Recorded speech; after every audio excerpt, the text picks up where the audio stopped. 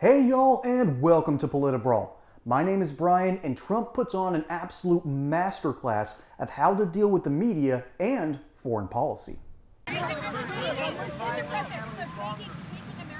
a recession, is it worth it? And do Americans need to back that up? The fake news, of which many of you are members, is trying to convince the public to have a recession. Let's have a recession. The United States is doing phenomenally well.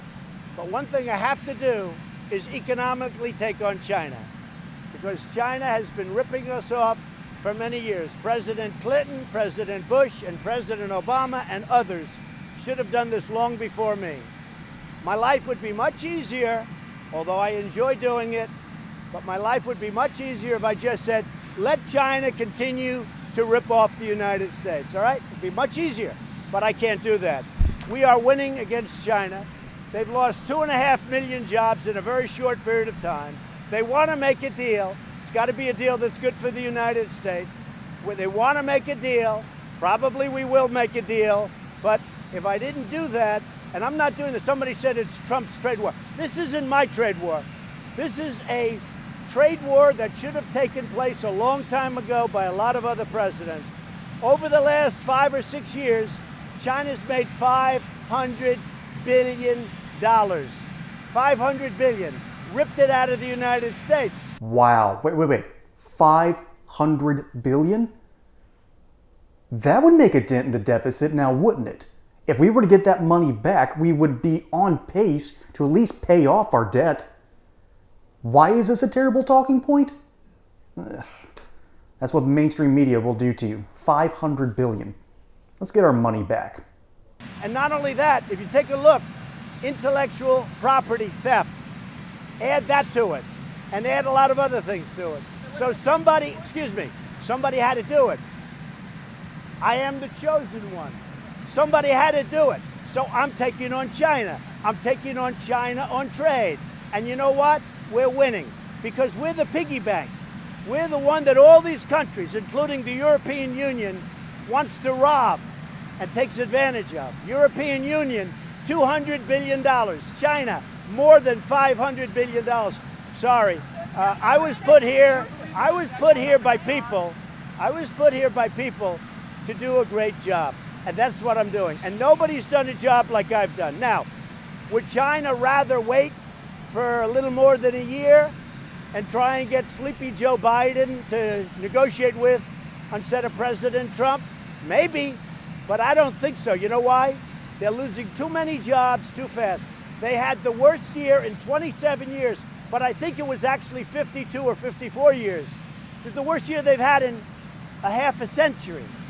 And that's because of me. And I'm not proud of that, but you know what? They want to negotiate. And Sleepy Joe doesn't have a clue. Sleepy Joe said, oh, China's wonderful. Well, China is wonderful for China, but I'm wonderful for the USA. He's absolutely right, folks. Not only is the 500 billion and the 2.5 million jobs number roughly in the ballpark, those are roughly correct numbers. It's important to understand this, the difference between a Democrat and a Republican on foreign policy. Here are the differences. Democrat will talk nice about foreign policy and then act way too tough to make up for the difference. A Republican, because George W. Bush actually did this, particularly with China, a Republican will talk tough, all right? Trump talks tough, and then they'll come to the negotiating table and get something done. That is how you negotiate properly. For some reason, the Democrats try to negotiate from a place of bad rhetoric and then try to negotiate from too much power. This effectively does not work, or at least does not work as well as the Republican strategy, which is talk a good game and then you meet in the middle so everyone benefits. It is much easier for us to work with countries like China, which we should. China is not out to get us. What China wants to do is to become the predominant power of the world, because they think it's their birthright, all right? If you think manifest destiny and how America's the greatest country in the world, the Chinese all think that that's a bunch of hooey. They're the greatest things since sliced bread. And so they want to regain that. But the only way they can is if they negotiate with the United States. We need China's goods. They need American interest. They need American dollars. And so Trump caused a trade war, which did effectively nothing. It hurt the American economy, but it hurt the Chinese economy at the same time. And he was trying to get into the middle in late 2019, and then a certain unspecified virus of unknown origins showed up, and it almost ruined the trade deal. And that's why Trump didn't go after China the way he did, because he understands how to negotiate. I used to think that was going to be his biggest weakness. Turns out it is his biggest strength. And we need that negotiating power on the world stage because the world is quite literally on fire. It is an absolute mess, and it keeps getting worse. Because again, Joe Biden talks a good game. Sorry, Joe Biden does not talk a good game. And then he tries to be way too tough. That does not work when it comes to negotiation. It's almost always meeting in the middle. People who haggle over prices understand this. Unfortunately, the Democrats don't. And Republicans like Donald Trump understand this principle to a T. And that's why I'm rooting for him in 2024. Folks, my name is Brian. Hope you enjoyed this segment here on Politibrawl. Don't forget to like and subscribe. Catch you on the next one. And until then, y'all have a good one.